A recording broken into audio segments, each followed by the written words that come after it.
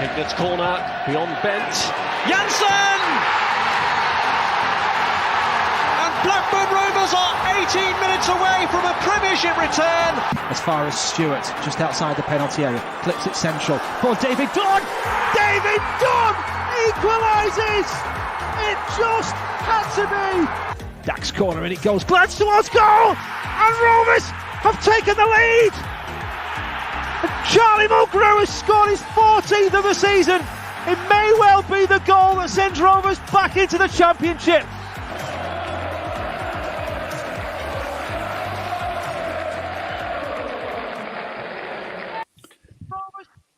Good evening, Rovers fans, and welcome to our post-match live stream post the defeat to Stoke City this afternoon. As you can see, Luke and I are here to cheer everybody up from what is a very, very frustrating result, and also mid-game, some frustrating announcements that we're all going to be enjoying over Christmas time as well. So Luke and I have stuck to our words, despite the results, despite our emotions.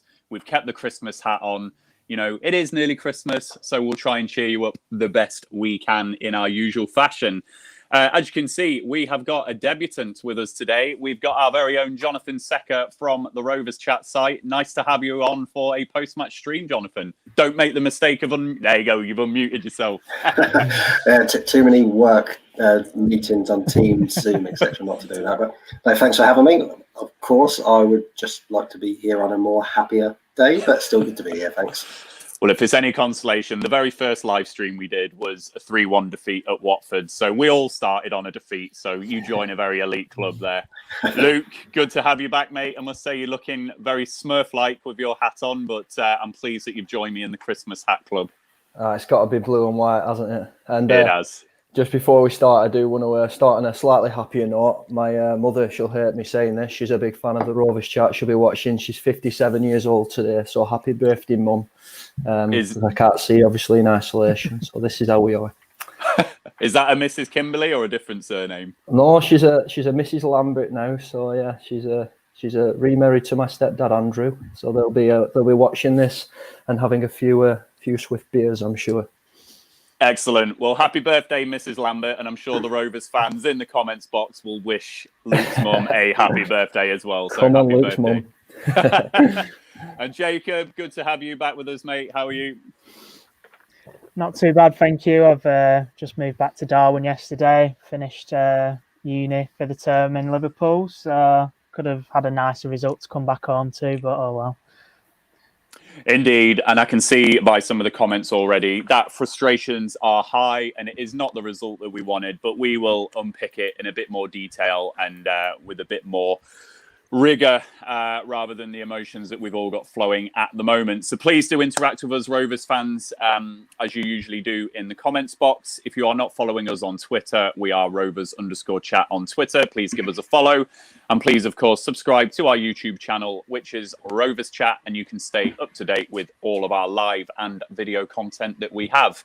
But before we start in dissecting that game, we are proudly sponsored by 6yardsout.com. The Rovers Chat YouTube channel is proudly sponsored by 6yardsout.com. They've got retro football from every era with mugs, phone cases and much more. They also have plenty of Rovers goods, including apparel with the famous 94-95 season and this season's kit. Check them out using the link in the description below. Thanks as ever to the guys at 6yardsout.com for their very kind sponsorship. And you may just have the time to squeeze in a Christmas present if you haven't done so already. Go and check them out. There might be a stocking filler or two there available for you. So, Jonathan, I am going to give you the beauty of going first today as our debutant. You know, sum up your feelings after that game and, you know, how you thought Rovers played today. It's just such a frustrating one again, isn't it? I think such a typical pattern of what we've seen in other games.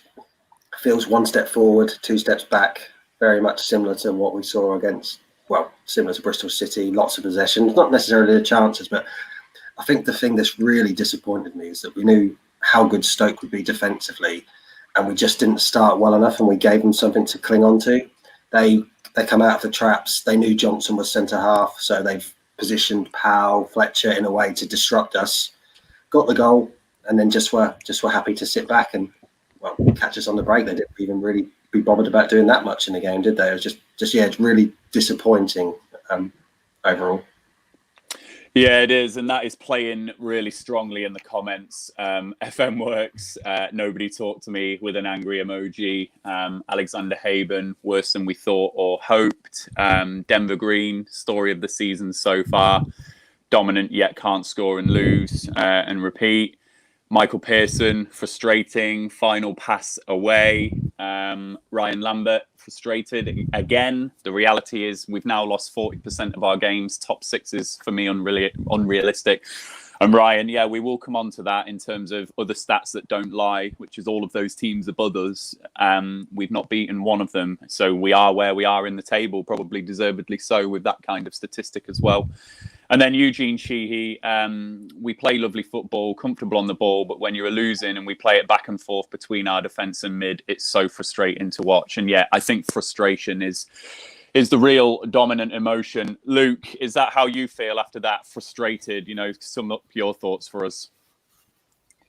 Yeah, we just watched Blackburn Rovers play a typical Michael O'Neill side today. Having watched Northern Ireland for so long frustrate sides, following Corey Evans and things in his international feats, it's just typical of his side. They got that early goal, as Jonathan said. I actually thought that Bradley Johnson did okay up to that point. I think Barry Douglas should have done a little bit better in backing him up, knowing that he's defensively frail. It's not his natural position. I don't think his positioning was too bad. But naturally, Steve Fletcher made a handful of himself, and they got that early goal. After which point, they absolutely just played not to concede, didn't they? I would often finding myself counting their men, and the amount of times they had 11 men just completely behind the ball, and it was almost like a game of chess. Perhaps we were just trying to break through whatever which way, and it was just getting to the point. Yeah, very frustrating. And like you say, stats don't lie. I think in the end we have maybe 1-2 shots on target. So many, just lashing at balls, just hitting and hoping sort of thing. I don't think the substitutes were particularly aimed at anything in terms of tactical change. I think it were almost that Mowbray was just thinking, get as many attacking players on that pitch, and hopefully someone has a little bit of something that can just break through here. And in the end, yeah, frustration from all parts, from fans, from players on the pitch. I mean, you see it when Tribal comes off. He just epitomised the frustrated face of us all really today. He was not happy at all coming off where he saw that. But yeah, frustration, good word for it. It describes it perfectly. It is. And Jacob, before the game, I always thought this was a tough game for Rovers today, just with the manager who they've got, as Luke has alluded to, and actually some of the quality that they've got in their team. Some of the stats about particularly how many goals they've scored go a bit undetected. What's your overriding frustration with the game? Is it the fact that Stoke have scored early and then maybe the game's gone differently to what we might have expected? Or is it that Rovers haven't really done anything to break that down? And even when we were dominating in the second half in particular, we just weren't getting shots away or threatening Stoke in any kind of way. What's your dominant feeling here with the game? I would say, like you've just mentioned, it's just, we've said it so many times this season, teams can just sit back against us and give us the possession, and we do positively nothing with it. And we've seen it so many times. I have to think back to the Notts Forest and the Cardiff games at home. Even the Watford game, we had most of the ball in that game, and we can play nice, pretty football, but it's not working. We've, like you mentioned, every single team above us, there's 10 teams above us. We haven't beat one of them, and we've only drawn with 3 of them. And one of those teams are Cardiff, who we drew against with 10 men. It's not good enough. It really isn't. And it's getting to the point now where it's it's questioning whether we actually are good enough to even make the playoffs. Will Travis and Dak really influence this team that much once they're back? Will they be that big of a difference to give us the edge against these teams that are above us to start beating them? Because we just didn't show the quality today. We had, ever since they scored, we had all the ball and we have only had 3 shots on target.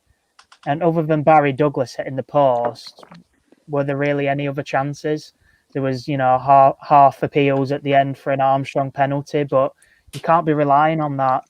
We've lost 3 of the 4 last games. We shouldn't have beat Rotherham. It was daylight robbery what happened in that game, and it's just not good enough. And like Alex mentioned on streams a couple streams ago now, rather, we need to make sure we don't get into this habit of we're getting such a good run of form, we're just outside the playoffs, and then we just bottle it. And it just seems like that's happening again, and it's so frustrating to see. Yeah, it is. I'm just going to pick up Leap Year Man's comment in the comments box. Right, who said Nick Powell would turn up against us in the preview? Leap Year Man, I can confirm that was myself. And I also said it would be 1-1 when there was a lot of predictions for wins. So I think someone described me as the chosen one earlier. So maybe I've got my crown back a little bit just with how the game's gone. No, obviously tongue in cheek. It was a good header from Nick Powell, but we'll get into that as a talking point a little bit later on. So we'll go into the detail of the game then. Jonathan, I'll come back to you. We just want to unpick some of the players that played better today, who had a good game. Who stood out for you today, who had a good game for Rovers? I think there's 2 off the top of my head, which would be Tribal and Ryan Nyambe, actually. I felt, again, he was probably our biggest attacking threat down the wing, did a lot of work going forward, was up and down. Looks like always an outlet, etc. So it was, I thought he was very good. Again, he's always improving all the time on his end ball, but we can't expect him to do it all on his own. It's obviously frustrating when Mowbray took him off. I suppose, well, I won't say I can understand, but in some ways I can see why he did it, seeing he's our only fit right back at the moment. And at that point, we possibly didn't really need a back 4. But equally, he was certainly our best one. And it just come after a time where he'd really got in behind. I don't know if it was McLean at that point or somewhere, and looked really dangerous. So again, but he's probably been one of the best players for the past month or so, really, and really adding a nice consistency to his game. But the fact that we're talking about our right back being our best player when we're supposed to be the league's top scorers or create lots of chances is not the conversation we should be having, really, is it? No, it's not. It's absolutely not. And yeah, it looked like from the pictures I saw on iFollow, I think there was a physio next to him, wasn't there? So whether he was just carrying a little knock or something which led to him being taken off, I was a bit disappointed to see him go off, actually, because he was a constant threat down that side. Luke, Tribal and Nyambe, are they the 2 that stood out for you today? Or is there anyone else who you're picking out for a good performance? Yeah, I mean, there's no point in me trying to scour the pitch to find any other 2 really, because they were the 2 stand out, and Jonathan's absolutely bang on with them too. Tribal were fantastic from moment go. I just thought he covered a lot of ground today. His passing, he didn't really put a foot wrong. He was intercepting balls. He was making tackles. I think the one thing that I found a bit unusual is how Rothwell seemed to be very close to him a lot of the time. He was playing really deep. But I mean, as far as Tribal's concerned, dominant performance. I think found himself really unlucky to come off. I'd have maybe liked a change in another sense. I put in the chat that we've got, actually, that maybe I'd have liked to see Downing coming on the left hand side of defence perhaps, and just see if we had another outlet, because as Jonathan's saying, our main attacking threat now seems to come from right back and down that right side, and we don't have that as much on the left hand side. And you can see what Mowbray's trying to do, with trying to play with attacking fullbacks, and I think when you're only doing it down one side, it becomes very predictable. So I think that's where we come a little bit unstuck. But Tribal and Nyambe really stood out today, and like I say, unlucky to come off. I think it wasn't anything tactical. I think Tribal just found himself as the man that had to make way because we needed to throw something out that game, and what else do you do in that in a time like that? We had no real plan B. We weren't really changing it up as such. It would just change personnel and hope that they maybe can't deal with a ball that Downey's gonna put in, similar to the Rotherham game, I guess. But yeah, difficult one. And some of the comments are saying about Nyambe maybe holding his thigh. I really, really hope Nyambe's not injured because, echoing Jonathan again, he has been phenomenal and our real main outlet. And I spoke in an earlier stream actually about maybe him and Elliot having a bit of a lack of understanding. I think that's coming now. I think we're seeing more and more from them too, that they're actually maybe getting the click now. They are clicking, and they've got a bit of an understanding. And Elliot's way above, so that's credit to Ryan Nyambe that he's on a similar wavelength now. Yeah, that's right. And hopefully it is nothing serious with that injury. It did look a precautionary one. I never saw him getting any treatment while the game was going on. So hopefully a bit of ice or a bit of treatment over the week and he'll be back for that Sheffield Wednesday game. Jacob, I'm not going to ask you to go over Tribal and Nyambe again, unless any Rovers fans have got any other options in the comments box. Please do let us know and we'll talk about those as well. But a player I'm just going to ask you to speak about, Jacob, is Bradley Johnson. That was the big team news that landed before the game. I think ultimately the game has ended up suiting Bradley Johnson in many respects because there's not been too much going into Rovers' box or not too much defending that he's had to do. How did you think Bradley Johnson did at centre-half today? And ultimately, do you think it was a game where he was able to do well because of how Stoke ended up setting up that game? Yeah, definitely. I can't say he played well because the one time he got challenged, we ended up conceding due to him going for the same ball as Lenihan. Not for the same ball, sorry, marking the same man. He pulled over and he should have been on their goal scorer, not leaving it to Douglas. But he's gone for the same man Lenihan's gone for. And effectively, that's cost us the goal. And I can't blame that on Bradley Johnson. He's never played there, and it was within the first 10 minutes. But after that, he didn't have anything to do. So I can't sit here and say, oh, he's had a brilliant game because he didn't have anything to do after that at all. They had one shot on target and they scored it, and effectively it's cost us the game, unfortunately. It was handy to have him in that centre-back role towards the end of the game because he would basically play midfield, but it's one of those. It shows how weak we are in depth in those defensive positions, and it's probably the only area on the pitch really we are that weak at centre back. We've gone into this season with 4 options, knowing that Ayala and Derek Williams are very injury prone, and it's cost us unfortunately. And obviously Joe Rankin Costello's out, else Nyambe would have probably played there today and had Joe Rankin Costello at right back. But we brought that upon ourselves. So, no, I can't say he had a great game by any means, but he probably obviously has been chucked in at the deep end. He was our best option, weren't he?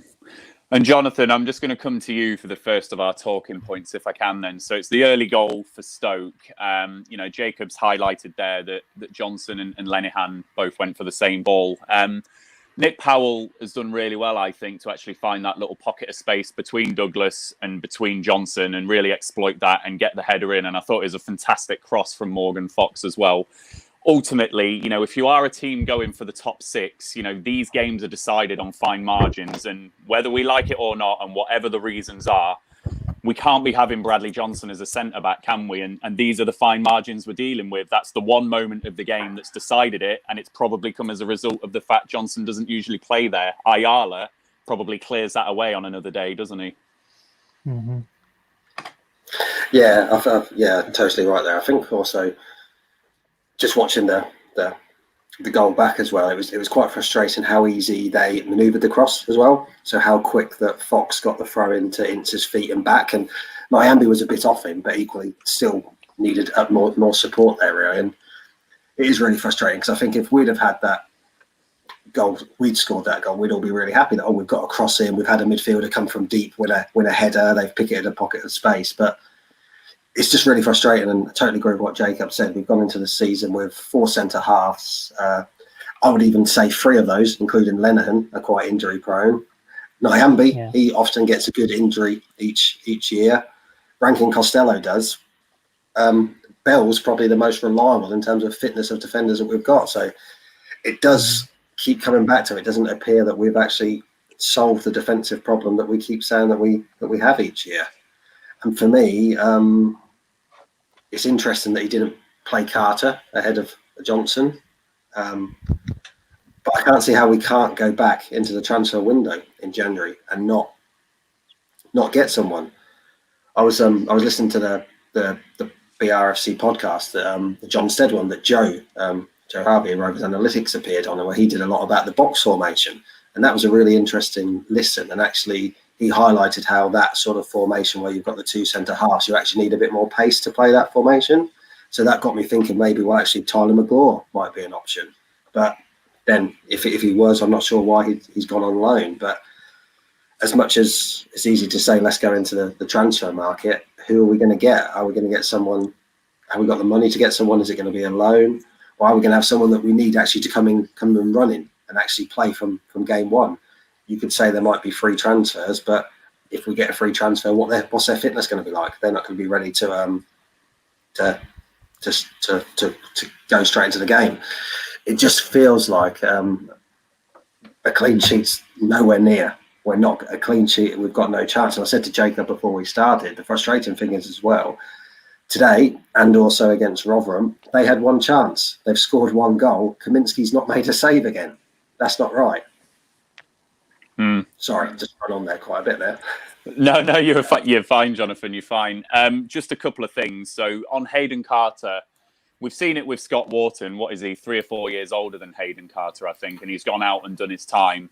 It just strikes me that Hayden Carter needs a bit of development, and he's not a centre-back who the youth team or the under-23s are looking at and going, this kid is the next big deal, get him straight in the side, like we're doing with Harvey Elliott in his position at the moment.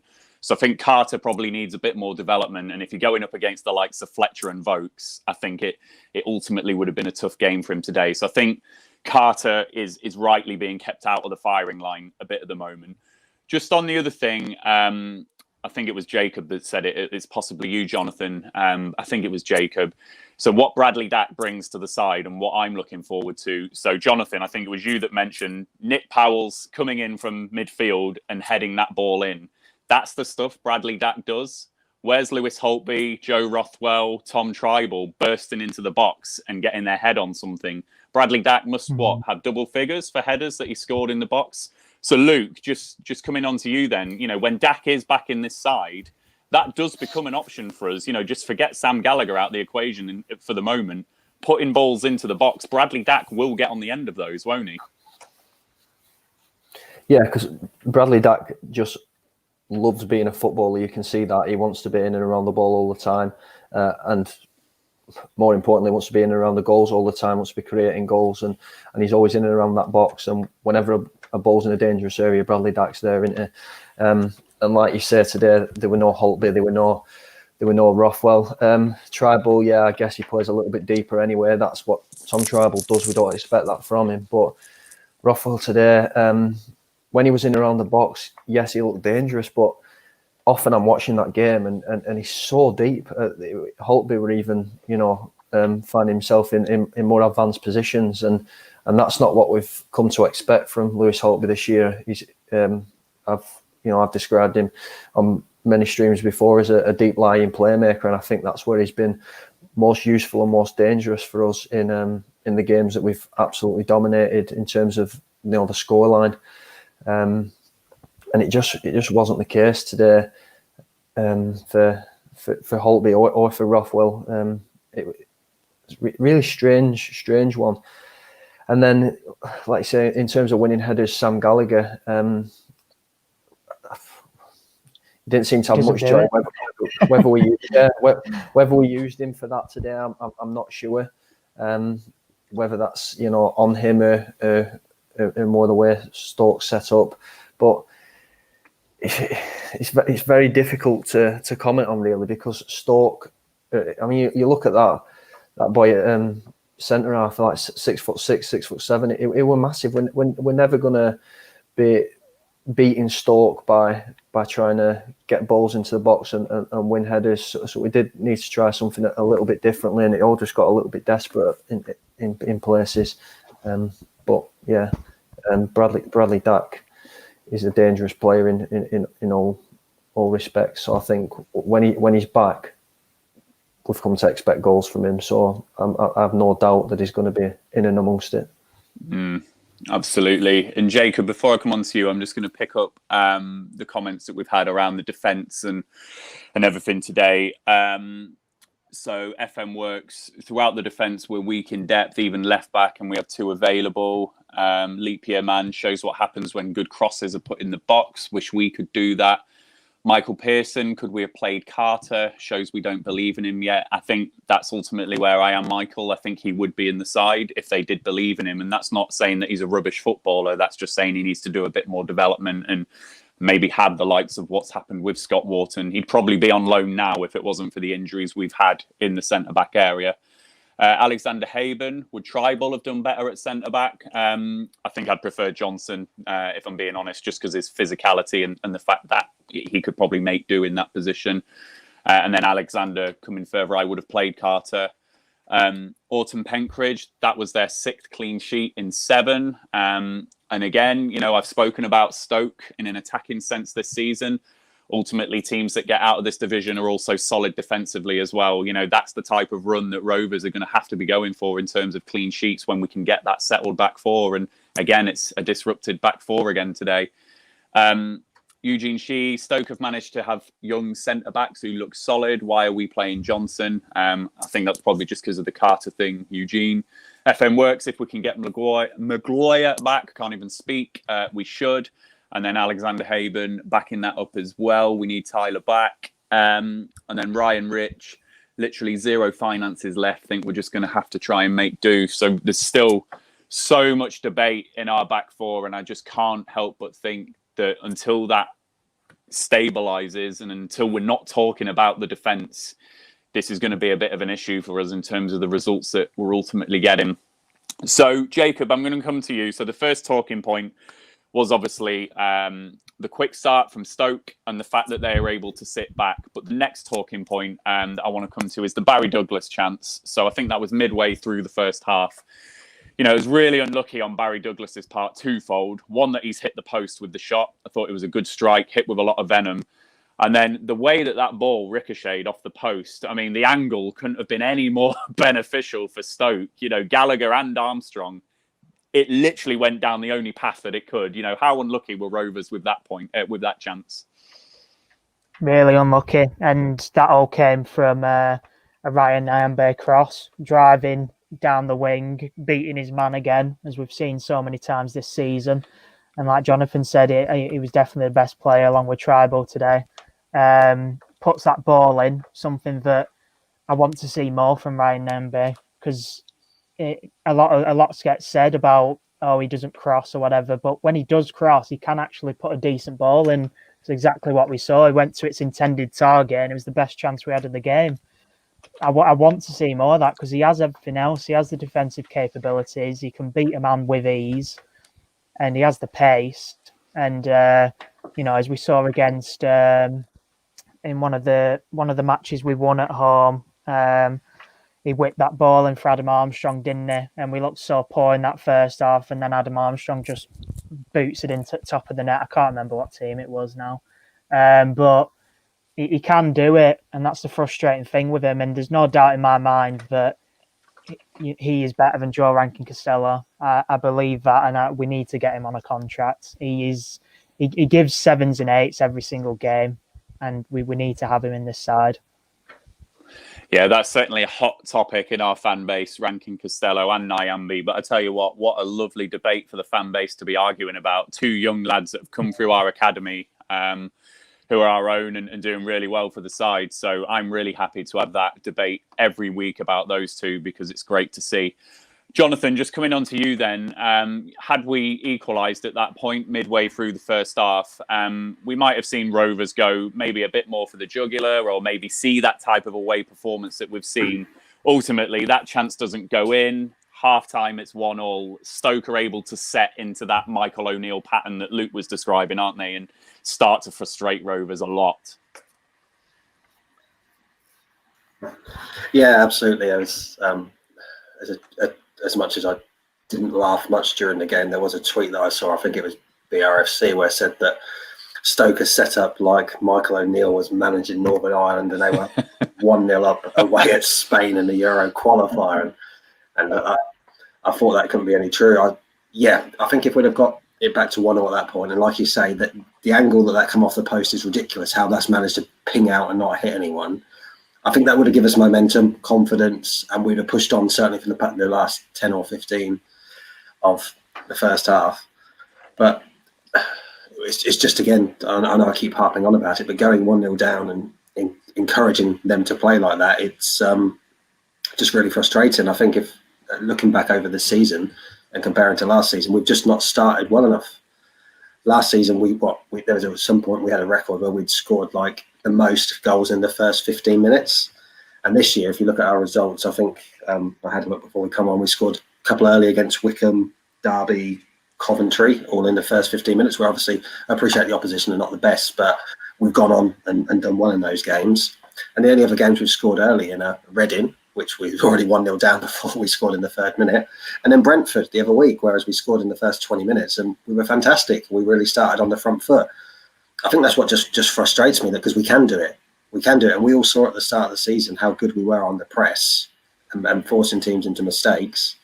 And today, by not doing that against Stoke, we've let them score early. And you could see that they was playing so deep. And even you can criticise Mowbray's subs, but bringing people on like Dolan and Butterworth, who you want to run at the defenders, they've got no space to do it because they're so deep and they're on their own 18-yard line, 6 deep, 7 wide. It was just so frustrating. And Luke, I'm going to bring you in because we've had a comment here from Nadeem Emerji. I hope I've pronounced your name correctly there, Nadeem. When we need to take the game by the scruff of the neck, it seems he seems to disappear and play very sloppy. And that's Lewis Holtby, who Nadeem's talking about. So, Luke, when I'm thinking about Bradley Dack and Lewis Travis coming back and a game like today, these are the qualities that I'm thinking, that games like this where we're 1-0 down, when Stoke are sitting back, those two just bring that stuff that Nadeem's talking about there, don't they? Had we had those on the pitch today, do you think we might have made the breakthrough? Yeah, because you do get that from Lewis Travis, don't you? I mean, he's got the grit.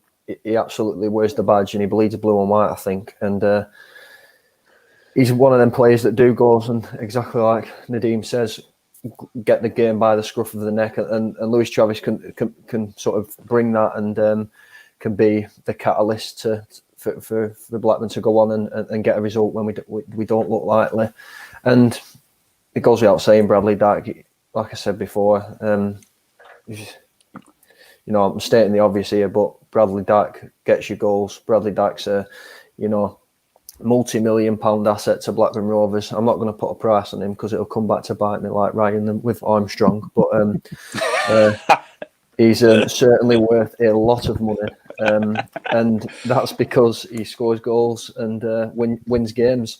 And at the moment, we just don't seem to have that game-winning edge. And just going back to what Jonathan says, absolutely right. When we score early goals and when we hit the ground running, start with a real high tempo, they're the games that we turn teams over. And whether that's to do with the opposition that we're playing, and perhaps I'm doing us more of a compliment by building this up when maybe it's really the opposition, but it goes without saying, if you go 1-0 up, you can play more comfortable. The game opens up a little bit. As soon as you concede a goal, you just leave yourself vulnerable to do it. To be on the other hand of exactly what Stoke did today, and guilty. We can hold our hands up. We've done that in the past. Blackburn Rovers have been an underdog. We've gone to away to Old Trafford. We've gone away to Anfield. We've scored an early goal, and we've sat back. We've played for a win or tried to grind a draw out. And that's what teams do. They'll look at Blackburn now and they'll look at, even without Bradley Dack and Lewis Travis, they'll look at Armstrong, who, you know, it's no coincidence that he's been quiet of late after scoring so many goals. They'll look at Harvey Elliott, they'll look at Rothwell, Holtby even, and they'll see talented footballers, and, you know, they're not going to come here and want to get turned over by Blackburn 4 and 5-0. So, you know, you play to your strengths, and you quash people like that, and that's exactly what Stoke did today. Really, they got the game plan bang on, and, you know, we can harp on about how we played or what we did wrong or what we did right, but credit to Stoke really at the end of the day, because Michael O'Neill got it spot on and come away with 3 points. And Jonathan, I'm just going to come back to you if I can. And yes, I will address Leap Year Man's comment in a moment. Just because you went down this path, Jonathan. So Uzair Mathia has said a comment here. Can we discuss why we try and outpass every side? Why can't we go away from home and set up hard to beat / play on the counter? Brentford away was a case in point. That game plan, ultimately, that Uzair is wanting there was thrown out the window, wasn't it, when Stoke went ahead and then they started sitting back and frustrating the game. We couldn't do what we did at Brentford, for example, just because of what the game panned out like. Yeah, it's an interesting one, isn't it? And I know in my previous point I emphasised about us wanting to press, wanting to play up on the front foot, and that's easier said than done. And as Luke sort of alluded to, I did feel, going back to last season, probably my biggest criticism of Mowbray would be that he gave too much respect to the opposition. This year, I would probably say we've nearly flipped that, and some opposition are giving us too much respect. At the same time, they probably sussed us out a bit and sort of like know that if they get ahead, that we're going to then struggle to break them down if they get four banks behind us, etc. The Brentford game was amazing for the first 20 minutes, wasn't it? How we did set up, how we used the pitch, how we moved the ball, how we got on the front foot. We nearly scored in the first minute that game, didn't we? Obviously, how the 90 minutes panned out was somewhat different after Lenihan sending off. But I don't know. I did see someone make Leap Year Man say how football at this level is so much about fine margins, which is absolutely spot on. It's just frustrating because I've just was looking as Luke was talking of what Mowbray said about the game, and he said, "Oh, it would have been really interesting if we would have gone ahead, how that would have brought Stoke out." And I'm like, well, that's pretty much stating the obvious, isn't it? So let's get ahead, let's make them do that, because if we do go 1-0 up, we could quite easily come away winning that 2-3-0. Yeah, and that's what we've seen, haven't we? Again, when we're talking about the statistics of Blackburn Rovers this season, that's what's happened. That's happened in those 4 and 5-0 and 3-0 wins that we've had. Jacob, before I come to you, I'm going to give everyone a Christmas treat because Leap Year Man has said how much, Ryan. So if we sell him this window, he's clearly worth 20 million, with the contract that he's got. He's no way worth 10 million. We can all joke around. He's easy worth 20 million. But the point I continue to stress, if we don't sign him on a new contract and we let that run down to a year, we won't get 20 million and it will be closer to 10 million that we get. And I think that is just the $1 million question for Tony Mowbray at the moment. I think he needs to decide, are we going to try and keep him and run the risk that we don't go up and then we might lose him for cheaper? Or do we sell now with a Premier League club who's panic buying in the January window and maybe get a few more million on the price? And then Mr. Echo said, will Armstrong get snatched away in the January window? The risk is always there, Mr. Echo. If there is a team that wants to stay up, the Championship top goal scorer is always rich pickings for Premier League clubs, particularly those in the bottom half. So I do think there will be an offer that comes our way in some way, shape or form. And ultimately, it's going to be, I think Venky's will have a price and they will let Tony Mowbray make that decision. So Jacob, I'm just going to come back to you then just for the next talking point. So we've spoken about the quick start from Stoke. We've spoken about how unlucky we were in the first half. We go in 1-0 down, and then the second half, it really was just the same pattern of play. Stoke just getting deeper and deeper and deeper and deeper, and a bit of a training ground exercise. Mowbray's had some real good success this season with substitutions. The likes of Sam Gallagher coming on, Tyrese Dolan's come on at times, Tribal's come off the bench and done well, Rothwell's come off the bench and done well. I think it's fair to say today, probably because of the way the game was going, our substitutions have had limited impact today, haven't they, in terms of changing the outcome of that game? Yeah, most definitely. And I've been saying this for a few games now, but I don't think Sam Gallagher should be starting. To me, the best he's looked this season is when he's been brought on and he gets that goal against Luton, or he gets that goal against it was the one where we won 2-1. He scored from like outside the box. I keep forgetting. Barnsley. That's the one. Yeah, and that's the best I've seen of Sam Gallagher this season. The past few games, other than him forcing a really good save and hitting the crossbar against Norwich, he's done nothing. And we were getting comments right at the start of this stream that I can only agree with. I feel like he's only in the team at times just because he's a workhorse and he does work hard for the team. But there's been times this season where I've seen Tyrese Dolan literally against Brentford sprinting across the pitch to get back and get on a man and stuff. There's no reason why Dolan can't do that. And I think today, using Sam Gallagher against a Stoke side that want us to swing the ball into the box because they know they can comfortably deal with that, swing the ball into the box to a Sam Gallagher who, despite his height, really isn't good in the air at all. I would have much rather had Dolan starting and, have him running at that guy who's 6'6" or whatever and try and put him on his backside or whatever. And I'd rather have Elliott doing the same rather than we were being forced wide, but then it was always a cross into the box. And I feel like we played into the hands a lot in that regard. The amount of times Gallagher would get the ball to his feet and it'd hit his feet and then he'd just bounce off him. And I think I don't understand why it isn't being picked up as much, because right at the start of this season, he was getting banged on, and then he scored those few goals, and I think people just kind of forgot about it because he has been poor the past few games. And I would much rather be seeing him coming off the bench and giving opposition teams something to worry about, change it up a little bit like we've seen, and it's been successful. But I think starting Gallagher today played into their hands, in my opinion. Jonathan, I think you want to come in on the back of that, don't you, Jonathan? Yeah. I think Jacob's right, and you can't argue with that. I think for me, there's a slightly bigger issue there, and I think there's a bit of, if you look at our right side and left side, there's quite a bit of imbalance, and a lot of that actually is probably down to Brereton being out. I think we've not had him for the last 5 games. We've won 1 of those 5 games, lost 3. He just gives us so much more balance. And actually, I think Gallagher playing with Douglas has actually not brought out the best in Douglas as well.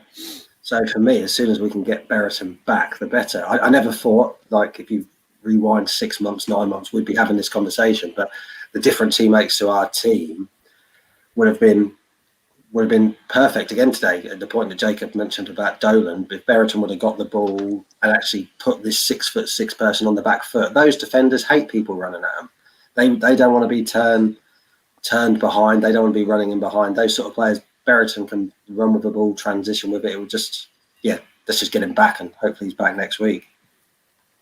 Yeah, and I think one thing that you can never, ever label against Sam Gallagher is the work rate and the commitment for the club. He clearly cares. He clearly wants to win. And he's clearly a player that's lacking a bit of confidence at the moment. And, he will know that as well. And we all know it. If we all need to pick our front 3 this season, we know who it is. We know it's Brereton, Armstrong and Elliott.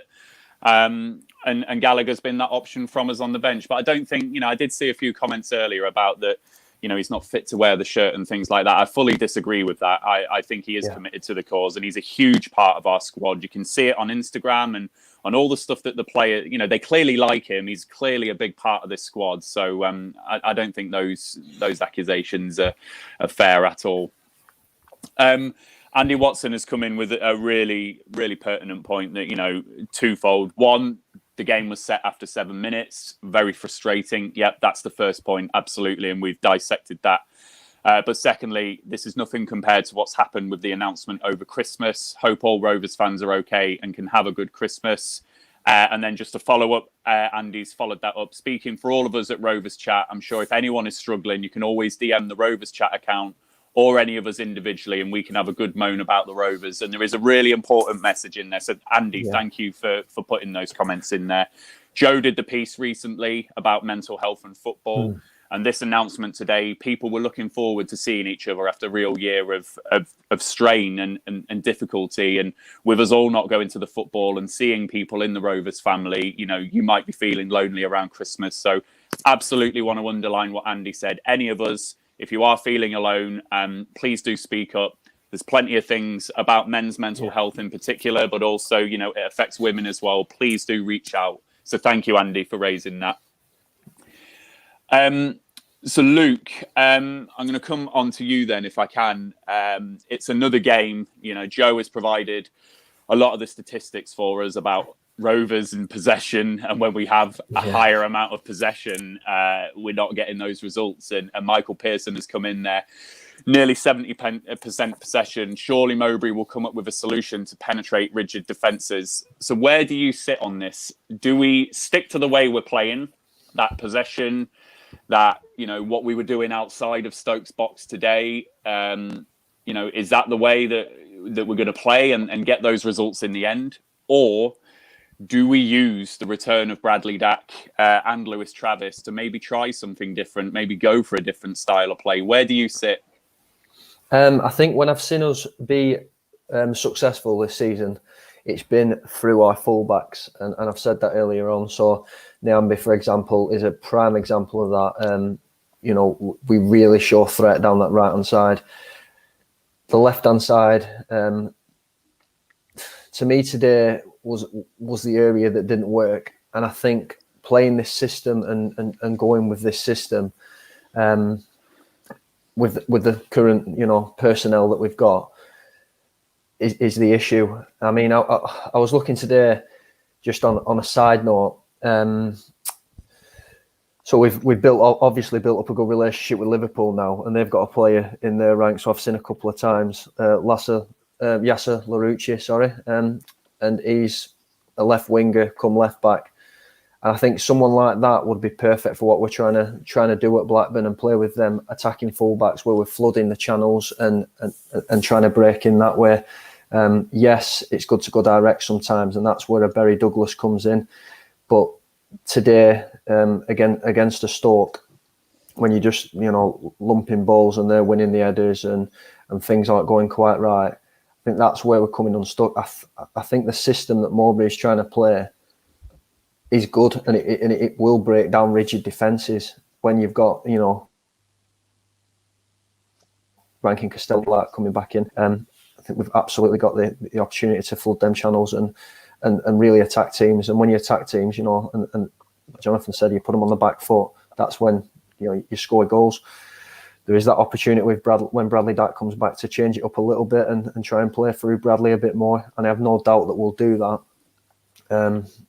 So I'm fairly confident that, you know, things will change and there will be that almost Jack Grealish effect when he came back for Aston Villa when they got promoted, because Bradley Dack's a player that you can play through and you can absolutely rely on him to push forward and make things happen. But it's a difficult one as well, because you don't want to put all your eggs in the Bradley Dack basket, so to speak, because he's been out for a long time, and I'm a massive fan of Olivier Mitsu-Match, I'm not going to lie, and I've seen him on that. And when he came back for that under-23s game, he was talking about how difficult he found it going into tackles and things, and how we were a bit cautious when, you know, a young 16-year-old lad were diving in at him and things like that. And I think that is a real point that we need to take, and we need to be cautious of that. We don't want to put so much pressure on Bradley when he's going to be under pressure himself. You know, it's very, very difficult to come back from an injury like that at the intensity, the tempo that he used to play at. He's been out for 12 months, so he's not going to.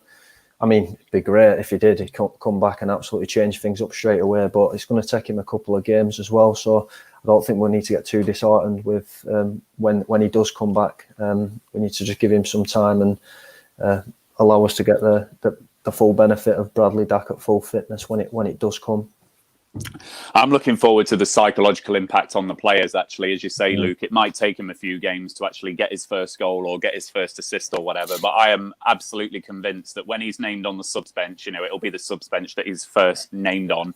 When he's sat there on the bench, I think that's just going to give the players such a huge lift. And then I think if we can just snowball that into, okay, he's coming on, he's influencing games and have that impact. That's the thing I'm looking forward to. Yeah, I'll make another point on that as well. You make a really good point there. Bradley Dack's an integral part of that dressing room. And, I mean, it's credit to Tony Mowbray as well. I think we need to comment on that because he's like a father figure to them boys. And there's, I mean, we saw the thing, the advertisement sort of promo that came out from Rovers Store and the banter that, Brereton and Bradley Dack were having. And obviously Bradley Dack now being the reality TV star that he is as well. And I mean, Souness was fantastic at Blackburn, for example, but there's no, you wouldn't have got that with a Graham Souness. I mean, when David Dunn started going down that sort of direction, it brought fractures within the ranks and it were all very difficult, a difficult period. But you see with Bradley Dack that Mowbray really embraces that and channels it into the dressing room and I think all the boys are playing for the shirt. There's no doubt about it, and everyone there's a team spirit there. There's morale. There's a chemistry. Everything's there, and it's the first time in a long time that I mean, similar to the League One season, I guess that's unfair, but we had it then, and that's when we succeeded, and we still have that now. There's no doubt about it. Absolutely. We've had quite a few comments come in. So just on the change of system or change of formation, Alexander Haben, got to go direct when necessary. Whether Gallagher's the man to do that, Alexander, I'm not sure. Whether Brereton could, I don't know. We might need to think about who we would go direct to with that. And then Gaz Israel, possession's great, but if you're going to pass the ball so slowly across the back four, you're just allowing the opposition to get everyone behind the ball. Faster passing essential. Then we've had a little bit about the injuries. So Nadeem, again, although that will be a huge boost, I think Travis is going to be huge coming back for us. Ryan Lambert, when he is back too, will he be at a disadvantage not working with a Graham figure? Yeah, I can see why you're asking that one, Ryan. I think, though, maybe off the pitch, Bradley Dack has done a lot of growing up himself over the last year or so. And I think he's going to come back as the main man. Danny Graham was probably one of the main men when Bradley Dack signed. Dack is now the main man. And with the likes of Elliott, who we can link up with, Rothwell, who's affecting games a bit better now, and Brereton, who's obviously coming into his own, I'd like to think Dack will take a new role in the team in that sense. Leap year man, worry is that by the time we get a full squad back, we might have too many points to make up. Yeah, that is a concern. But I still maintain that if we are kind of 5 to 6 points, even going into February, March time, if you can time that run, then you still can make up that kind of deficit, particularly with everyone beating everyone and how close it is. So we just can't allow that to get to double figures, most certainly. Eugene, who's coming back first, Dack, Ben Brereton or Travis? From what I'm reading in the media, I think it'll be Brereton first, probably then Dack, and then probably Travis is what I've read, unless anyone disagrees with that. And then, yeah, Nadeem, I think they're looking at Ben Brereton for Boxing Day. There we go. So, Jonathan, I'm going to come to you. One positive that we did see today was Dan Butterworth, who made his long-awaited return into the side.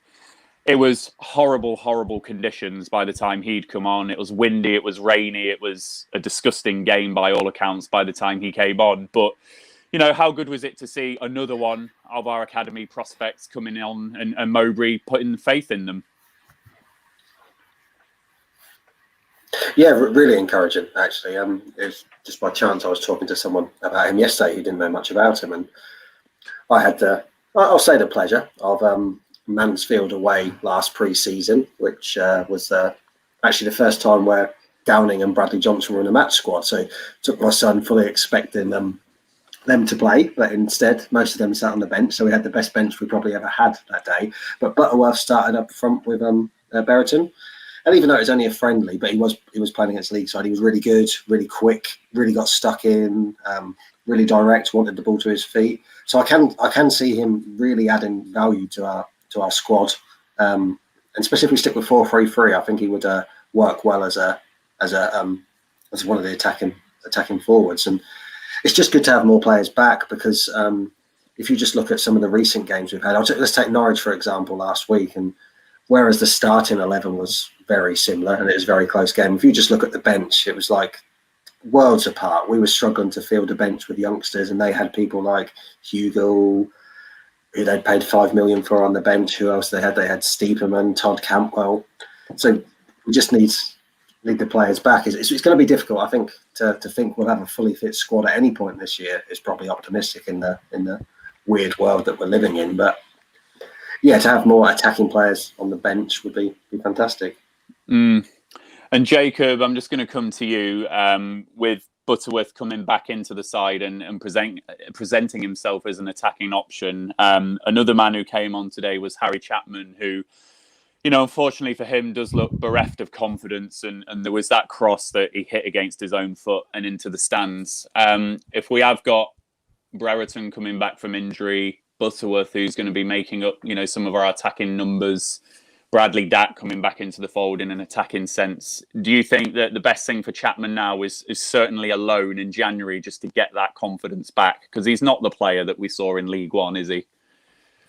No, and I'm such a fan of Harry Chapman, but when he did that, I was like, oh, bloody hell, sort of thing. Like, oh, this is why you haven't been given any chances, because it were hard to watch that. Just like you obviously, he's getting down the wing, you want that perfect cross in for a last minute equaliser, and it goes into the stands. And yeah, I think it's about time. Even myself, who I think he should have been given more chances since we have signed him permanently. And I've been a big fan of him from what I saw in League One. He was by far the best player in that period of time we had him till he got that injury. And he hasn't been afforded anywhere near as many chances as Gallagher or Brereton have done, more than likely because of the fees we paid for those players. So he hasn't been afforded anywhere near as many chances. But I think it's getting to the point now where he's been on the bench quite a few times in the last few games, and we've been behind. You know, we've been behind against Norwich, we've been behind against Rotherham, we've been behind against Bristol. And this is the one time he's been given a chance, just simply because of how deep Stoke were sat. Mowbray's just thought, well, may as well give it a go, because, you know, we need to just take the game to him. And he hasn't took his chance again. And it's a shame to see it, but I do think it's about time now we either move him on, or he does need a loan and hopefully get a bit of confidence and come back the player we saw in League One. Because to have him off the bench, if he was like that player in League One, would be amazing. To have him and Dolan on either side coming on would be really worrying for defences in this league. I think the thing I'll say about Harry Chapman, I said it on one of our pre-season shows, I think he's had a desperately unlucky couple of years. So the injury, first and foremost, I always remember Michael Owen talking about when he tore his hamstring when he was 19 years old. It was away at Leeds and it ripped completely off the bone, and I think, or off the tendon or whatever. And I think it's a similar injury to what Harry Chapman had, a really severe hamstring injury like Michael Owen. And Michael Owen always spoke about how he just never had the confidence on that leg ever again, and that burst of pace. So if Chapman's got that going on in his head, first and foremost, that's a big thing. Then he's obviously had the breakdown when he's come back from that injury, which has set him back further. And I just think it's just been that downward spiral, that snowball effect of losing that pace, losing that confidence. And it's been a real tough road to come back. And then, as Ryan Lambert has put in the comments, you know, he's never been given a decent run in the team. Lots of pressure to be a sub and affect a game. And I think when you've been through that journey that Harry Chapman has had, and if you are feeling underconfident both in body and mind in the way that he possibly is, we're probably never going to see that player again. I can't remember what his contract situation is. He might be out of contract at the end of the summer as well, is he? He is out. He is out, yeah. So that's a difficult one because, you know, when you're looking at players like Rothwell and others that might get picked off if Rovers don't get these contracts tied up, Chapman's the type of player that we might just need to keep hold of and maybe loan out just to protect ourselves a little bit. So this is a difficult one for Mowbray, I think. But Chapman might look at it and go, well, I'm not going to play here, and start speaking to his agents, go elsewhere. So it's a difficult one, is Harry Chapman. Rovers fans, we will be ending the stream in about 5 or so minutes. If there's any other Rovers related business, or indeed anything from the game that you want to raise this side of Christmas Day, then please do let us know. But the thing I will just reiterate was Andy Watson's comment from earlier on, and that is that, you know, everyone does have a really safe Christmas, and hopefully you're not too alone at Christmas. Just really want to underline what Andy said again. Just please do contact Rovers Chat. Please do contact any of us if you are feeling alone, or you are going to be struggling with the news about the tiers and everything today. You know, you've gathered from our shows and everything we do at Rovers Chat. We are very community focused and want to do our part as well. So that hand is extended to everybody. Luke, just whilst we wait for any further comments from Rovers fans, then, is there anything else about today's game or your assessment of Rovers at the moment that you want to pick up or cover?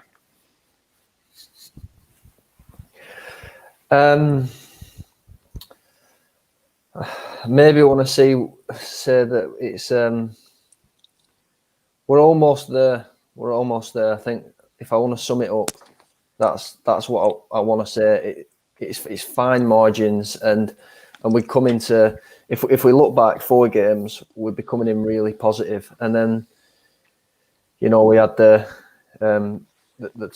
tough games against Bristol City and Norwich, where we've, you know, they could have gone either way. Then we could have had maybe, you know, a couple of points, 4, 6 points even out of them games, if it had just gone the other way. Then we play, I think, you know, I'm not speaking out of turn here by saying we played terrible, really, against Rotherham. We were ugly, and we got a result. And that just shows then, you know, Rotherham fans are going to be sitting on some fan forum here, well, some stream like us guys going, you know, we were robbed today, we should have had a point.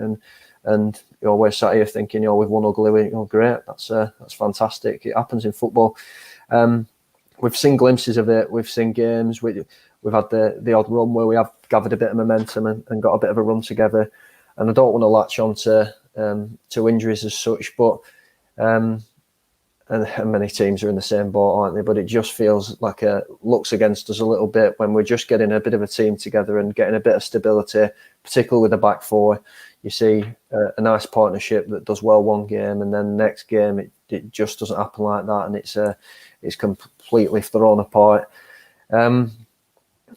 It'd be nice to just see, you know, post Christmas and the New Year, just bring a bit more luck. I think that's all it is. It's I think Mowbray's got, like I just said earlier, he's got a team that are playing for him, which is good to see. Doesn't seem to be any, you know, fractures in the dressing room, any hints of anyone being, you know, not playing for the shirt. You've got the likes of Tom Tribal that are lone players that are frustrated today coming off and want to help the team. So it's all there.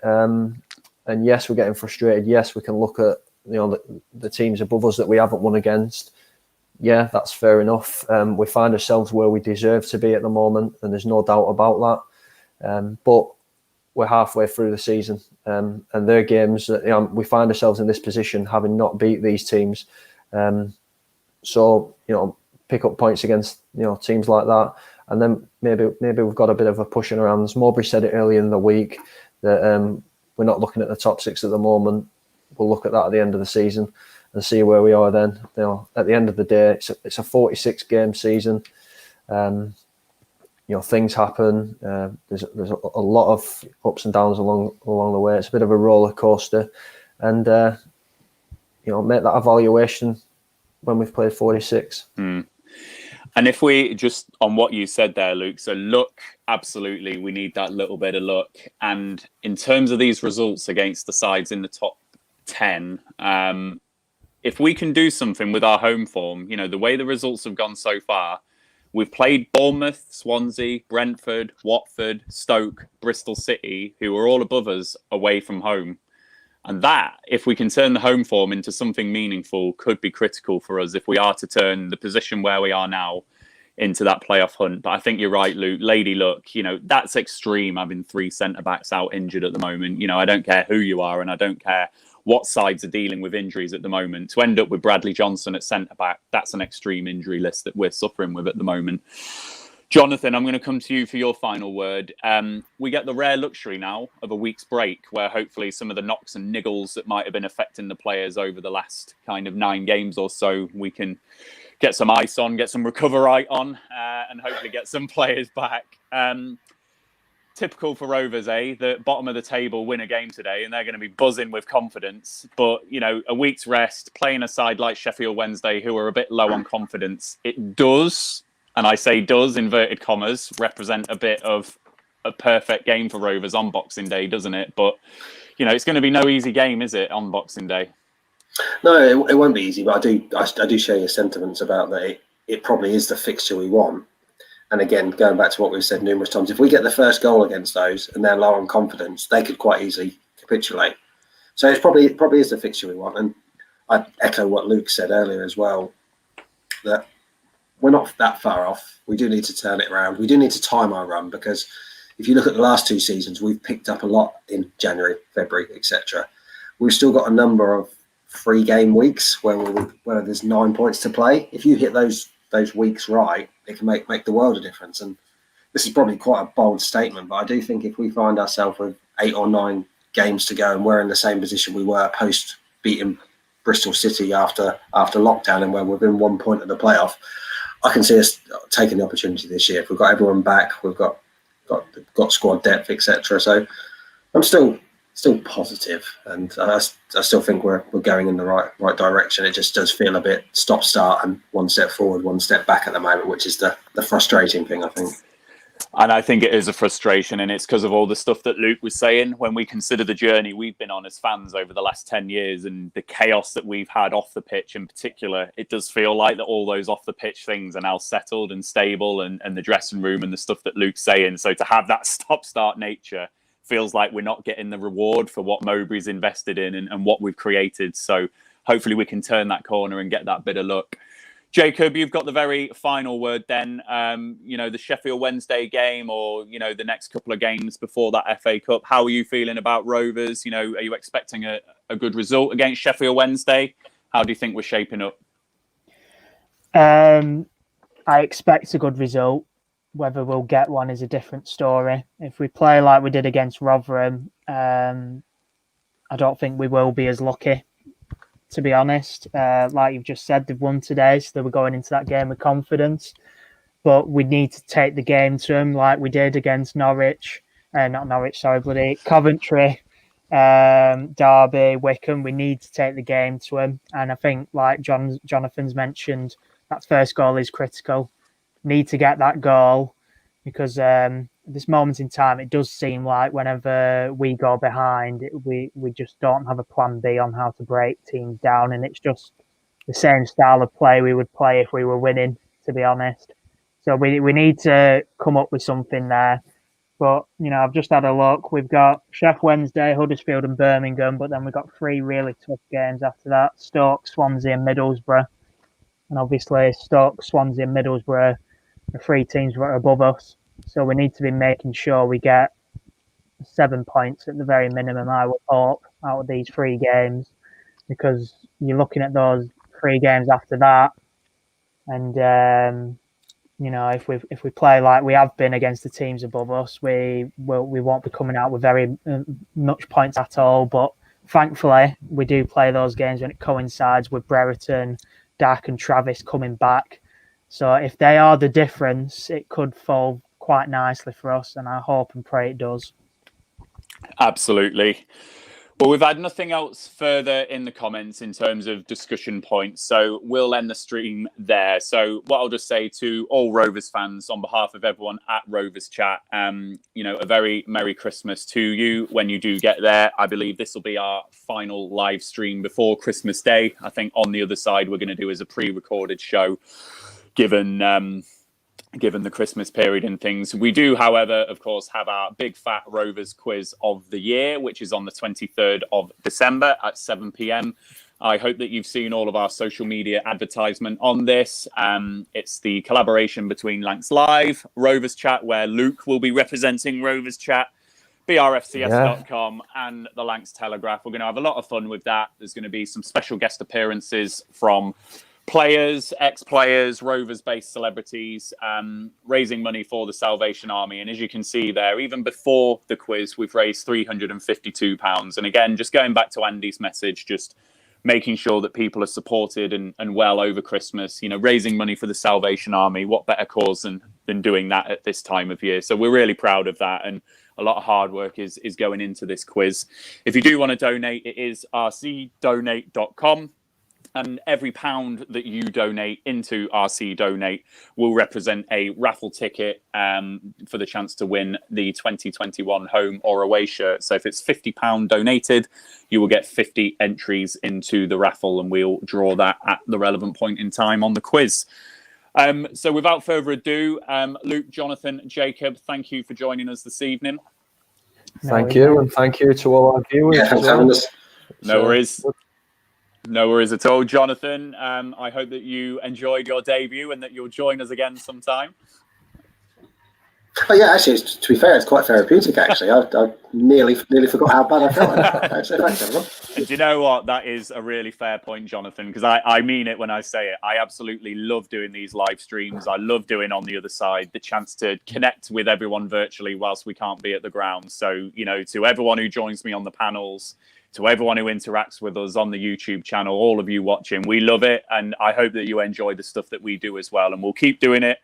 But, you know, for now, let's all stay safe. Let's all look after each other over Christmas. Look out for those people that might be feeling alone or unwell or anything like that. And make sure that we get into 2021 feeling safe, feeling well and more positive. So we will end the stream there. Merry Christmas to everyone. Have a really good day. Make the best of it that you can wherever you are in the world, actually, because we do have our international followers watching this as well. Have a good one. And we will end with our sponsor message from 6yardsout.com. Thanks all. See you later. The Rovers Chat YouTube channel is proudly sponsored by 6yardsout.com. They've got retro football from every era with mugs, phone cases and much more. They also have plenty of Rovers goods, including apparel with the famous 94-95 season and this season's kit. Check them out using the link in the description below.